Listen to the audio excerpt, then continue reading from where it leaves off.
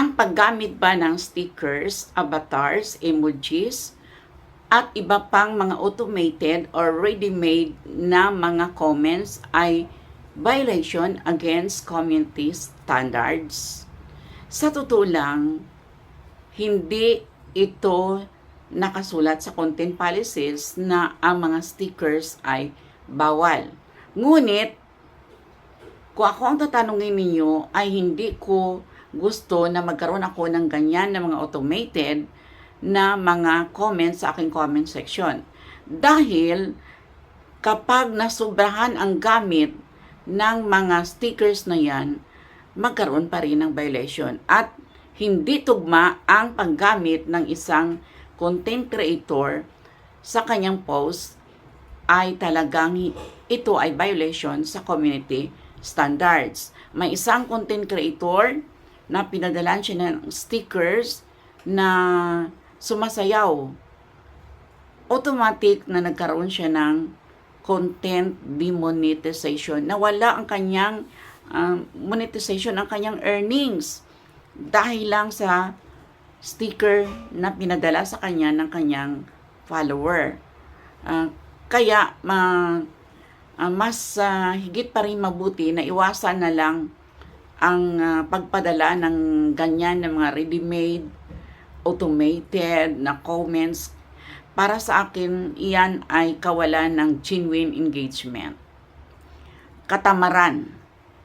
Dapat pag tayo ay nagbigay ng comment, yun ay mula sa ating isip at sa ating puso. Kung ano yung nakita natin sa video o sa post ng isang content creator, yun ang gawin natin na engagement. At huwag lang tayong humanap ng mga isang click lang at ito ay mapadala na agad bilang comments. Para sa akin, ayaw ko talaga na ako ay mapadalaan ng ganyan na mga stickers, avatars, emojis o iba pang mga images na magpadala sila ng 3 image ng sending love. Mas madali naman siguro na gamitin ang words na salip na magpadala tayo ng sticker dahil ito ay isang genuine engagement. Kapag original ang ating comment mula talaga sa atin. Hindi naman yan original dahil ang may-ari ng sticker na yan si Facebook.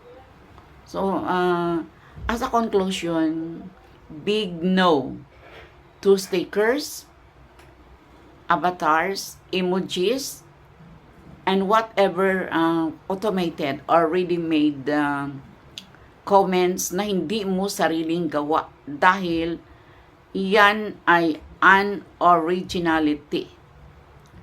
Sana may nakuha kayong kaalaman mula sa aking karanasan. Maaaring ibahagi ito sa ibang tao, ibang mga content creators, ang aking long form video.